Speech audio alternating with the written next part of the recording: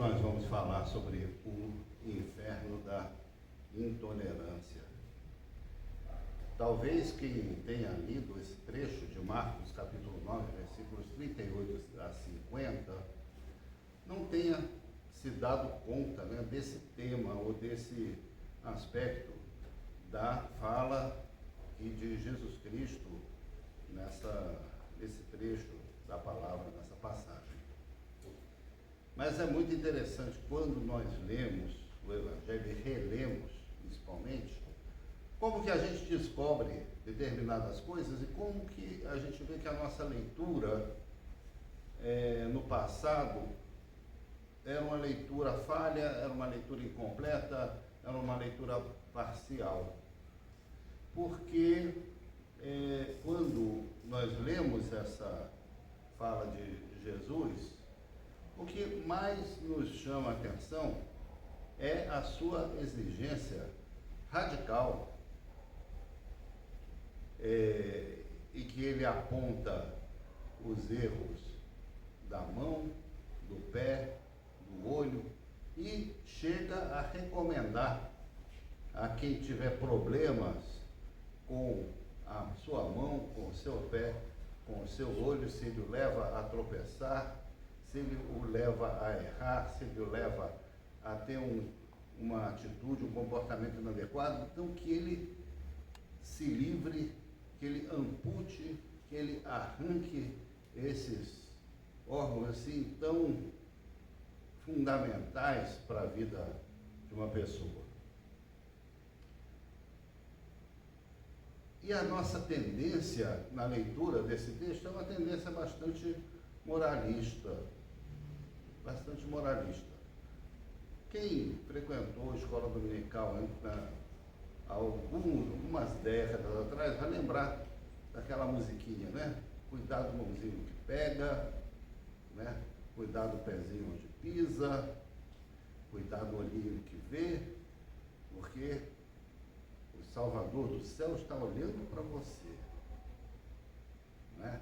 Então, esse texto, no imaginário das nossas igrejas, de muitos cristãos, serviu sempre para ter aquele enfoque assim, moralista mesmo, né? De comportamento, enfim, de fugir das tentações do mundo, não é? E aqui de uma forma muito radical, né? Se for necessário, você manda tirar, você ampute o seu pé, sua mão. Mas quando a gente começa a leitura do começo, digamos assim, e aí a gente iria até para a pregação do domingo anterior, aí é que a gente vai entender o real sentido desse discurso tão severo, tão radical, talvez, para os nossos ouvidos. Porque tudo começa quando Jesus, voltando para Cafarnaum, nota que na viagem os discípulos estavam discutindo alguma coisa, conversando, talvez mais alto do que o normal, e pergunta para eles então, quando ele chega em casa, sobre o que eles estavam conversando, e ninguém tem coragem de relatar para Jesus o que era. Porque eles estavam discutindo sobre quem deles seria o maior. Qual deles seria o líder? Qual deles talvez fosse o eventual sucessor de Jesus em alguma situação de ausência ou impedimento de Jesus, né? Quem assumiria a liderança do grupo? E é claro que uma discussão como essa desperta animosidade, não é? Devia haver ali vários candidatos a esse posto privilegiado, mas Jesus, então, chamando uma criança, diz: olha, quem receber essa criança em meu nome, então esse vai ser o maior de vocês. O maior de vocês vai ser o que serve. Agora nós temos uma situação semelhante, porque João se dirige a Jesus e conta para ele o seguinte: olha, nós vimos um rapaz ali na outra rua que estava expulsando demônios, né? Vamos ver aqui no texto, né? Em teu nome expelia demônios, o qual não nos segue, e nós o proibimos, porque não seguia conosco. Então alguém, em nome de Jesus, estava abençoando a vida de pessoas, expulsando os seus demônios, as suas doenças, não é? Aquilo que atormentava a sua vida, em nome de Jesus. Mas por não fazer parte daquela turma, daquele grupo seleto dos que seguiam a Jesus, então eles chegaram lá e reivindicaram, digamos assim, os seus direitos de exclusividade. Eles disseram: só nós podemos fazer isso em nome de Jesus, você não pode não. Eventualmente devem ter posto o rapaz para correr. Juntaram os 12 lá e demarcaram o seu território. E depois disso foram contar para Jesus. Vejam que eles tinham uma imagem deles mesmos como membros de uma casta privilegiada, de um grupo exclusivo. Alguém, digamos assim, um pouco acima, um degrau acima dos outros, porque ninguém podia fazer aquilo que eles tinham, digamos assim, licença para fazer. Se a Igreja de Jesus Cristo tivesse prestado um pouco mais de atenção nesse texto, na fala de Jesus, aqui em Marcos capítulo 9, eu acho que a igreja seria muito diferente. Muito diferente, porque o que ao longo dos séculos, ao longo do tempo, a igreja construiu foi o quê? Foi uma camada privilegiada de sacerdotes, de dirigentes que sempre estiveram acima do restante, da massa, né, dos crentes, dos seguidores de Jesus, não é? Então, como igreja institucional, o que a gente fez foi o quê? Foi construir exatamente isso. Pessoas que tinham mais poder, mais proximidade com o sagrado do que as outras. Porque não era isso que Jesus queria, e ele deixa muito claro. Então, aquilo que João disse para Jesus, aguardando, talvez esperando uma aprovação, né? Crente que ia agradar muito a Jesus, aquilo que ele estava dizendo, ele recebe ali uma chamada de atenção, uma reprimenda, né? Porque Jesus, então, quando ouve aquilo, ele diz assim: não lhe o proibais, não proíba ele não, porque ninguém há que faça milagres em meu nome e logo a seguir possa falar mal de mim. Porque quem não é contra nós é por nós. Então não proíba não.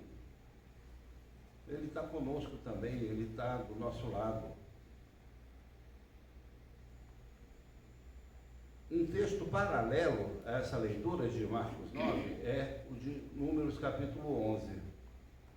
Números capítulo 11 menciona uma grande reunião de Moisés com os anciãos do povo de Israel numa tenda que ele precisava ali, nessa reunião, levar uma mensagem para eles, e no meio dessa reunião, os anciãos de todas as famílias de Israel, os líderes das famílias, começam a profetizar. A reunião se transforma assim numa grande celebração. Todos começam a louvar, todos começam ali a se extravasar, né, louvor a Deus. E tinha dois desses anciãos que não estavam na tenda, mas estavam no mesmo clima e começaram também a profetizar. Aí os auxiliares de Moisés chamaram a atenção para ele e disseram: olha, tem dois ali que não estavam na reunião, mas também estão profetizando. Não está errado isso, não? E Moisés diz a eles: olha, quem dera todo o povo de Israel profetizasse, estivessem todos nesse mesmo clima, estivessem todos com essa mesma consciência, tivessem todos eles o mesmo envolvimento, o mesmo compromisso que tiveram esses líderes que estiveram aqui comigo. Então, enquanto muitas vezes aqueles que querem preservar o poder, querem limitar a relação com Deus, a relação mais íntima, mais próxima, mais espontânea com Deus, há uma determinada camada de liderança, pessoas que têm alguns privilégios, têm acesso a determinadas coisas.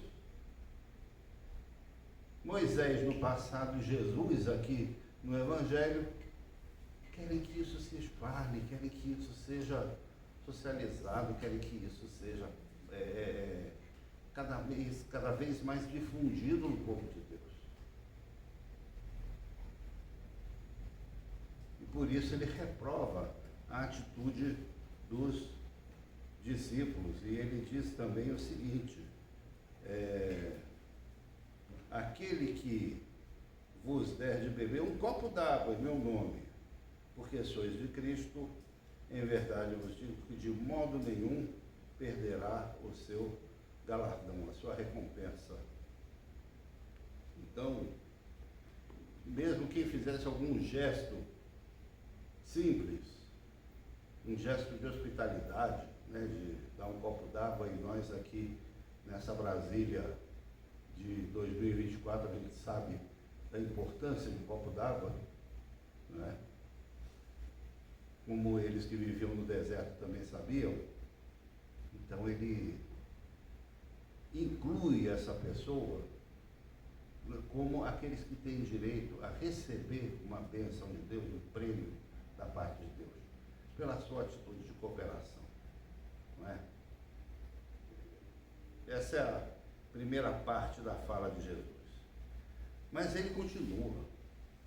Ele reprova os discípulos dizendo o seguinte: quem fizer tropeçar a um desses pequeninos crentes, melhor lhe fora que pendurasse o pescoço uma grande pedra de moinho e fosse lançado ao mar. Dura a fala de Jesus. Esse era um processo de execução usado na antiguidade. A pessoa era levada lá a um despenhadeiro, um penhasco e tal, e colocava lá uma pedra amarrada no pescoço e soltava. E a pessoa caía na água e não conseguia se soltar, né? Ficava lá no fundo. Ele chega então a mencionar esse processo cruel de execução em relação àqueles que afastam de Jesus, aqueles que querem servir só porque institucionalmente não estão incluídos em um ou outro determinado grupo, ou não se encaixam em um determinado esquema tido como oficial, né, como era o caso dos discípulos. Muito sério o que Jesus fala para esses discípulos que queriam fechar neles 12 o monopólio do reino de Deus, né? Das bênçãos do reino de Deus. E aí então é que entra as referências à mão, ao pé e ao olho. Porque ele diz, né? Então, se a tua mão te faz tropeçar, né, corta, porque é melhor entrares na vida com uma das mãos do que, tendo as duas, ir para o inferno, para o fogo inextinguível. É interessante que ele não remete a uma coisa assim do futuro, uma coisa pós-morte. Ele não fala aqui, olha, depois de morrer você vai para o inferno. Então, ele fala, é melhor você entrar na vida e em vez de ir para o inferno. Vida e inferno parece que são coisas aqui que estão caminhando juntas já nessa vida, já nesse estado. E nós podemos escolher se a gente quer a vida ou se a gente quer o inferno. Depende muito da nossa atitude, dos valores que a gente adota. Então, se a mão faz tropeçar, a mão é o quê? É aquilo que nós fazemos, é aquilo que a gente produz, são as nossas atitudes. Para que servem, tem servido as nossas mãos? Não é? Em que a gente tem se empenhado? Construir uma coisa, um reino de Deus que exclui ou que inclui? Uma comunidade que se fecha, uma comunidade que acolhe? Da mesma forma, o pé. O pé tem a ver com andar. E a gente sabe que andar, na concepção hebraica, semita, do termo, é uma coisa muito ampla, significa viver, levar a vida. Paulo, em Gálatas 5, ele adverte a igreja dos Gálatas, né? Se estamos no Espírito, andemos no Espírito. Ele usa exatamente esse verbo, andar. E a gente anda com os pés.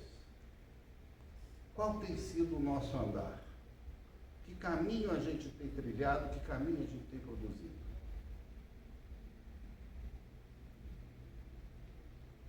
Se a gente se desvia do caminho de Deus, que é um caminho de acolhida, um caminho de amor, um caminho de inclusão, então precisamos repensar o que nós estamos fazendo com os nossos pés. E da mesma forma, o nosso olho. O nosso olho tem a ver com o nosso olhar para a vida. E uma das coisas que a gente tem escutado é a necessidade de nós construirmos um novo olhar para a vida. Um novo olhar. Um novo olhar para quem é diferente, um novo olhar para quem a gente considera menos dotado, menos qualificado. O nosso olhar, ele pode ser preconceituoso, ele pode ser excludente, ou ele pode ser também acolhedor, ele pode ser igualitário. Com que olhos a gente olha para as pessoas?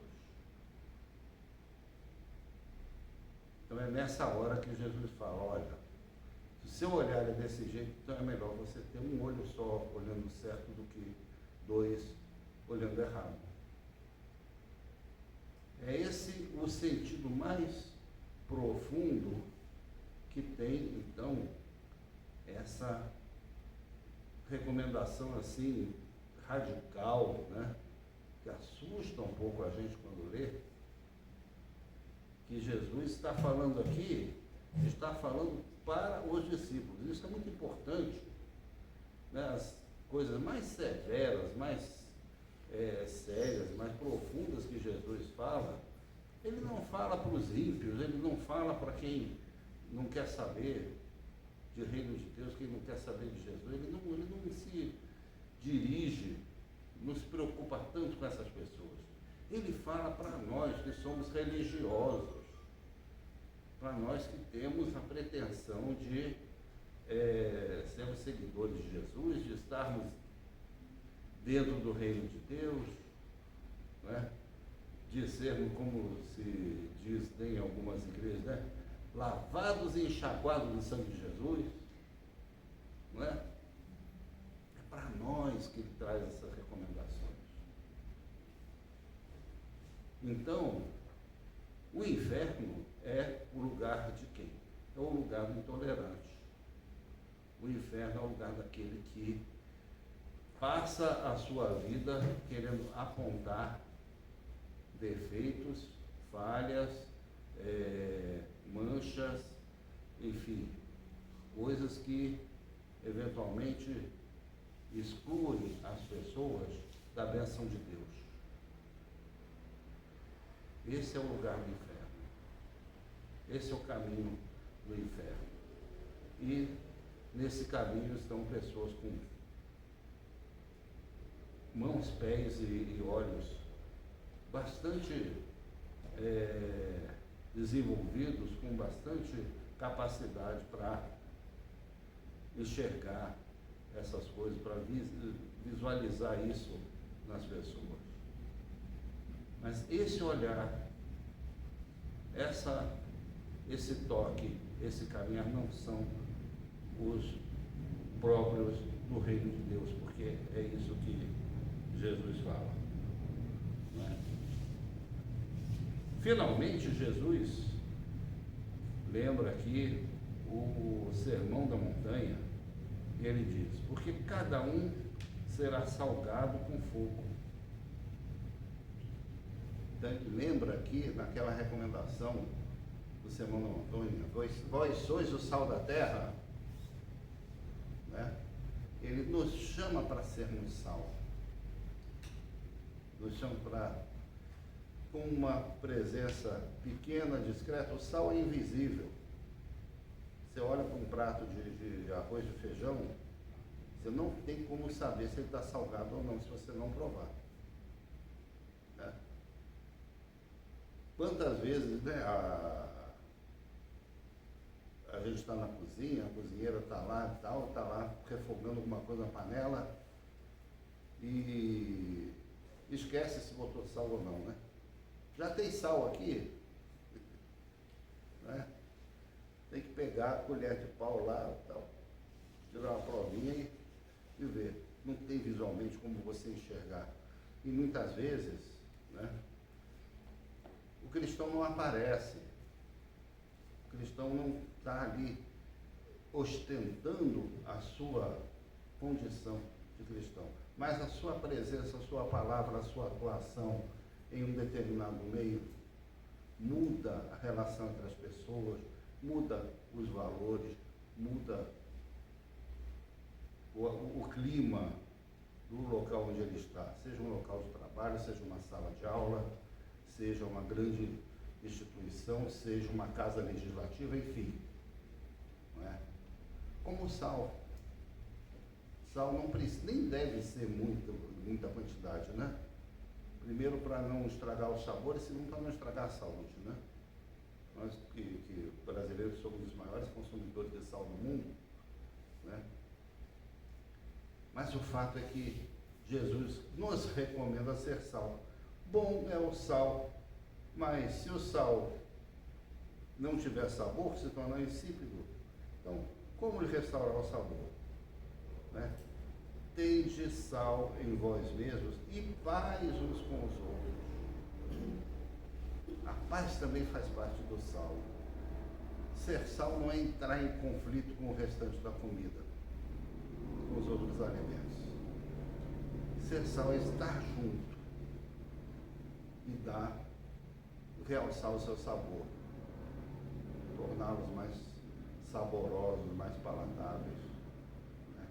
É esse o chamado que Jesus faz, então, para os seus discípulos, e não de ficar mandando embora aqueles que, porque não pertencem à sua categoria, né, estão ali agindo, atuando em nome de Jesus, em nome da justiça, em nome do reino de Deus. Então era essa mensagem que eu queria compartilhar com você nessa noite. Amém?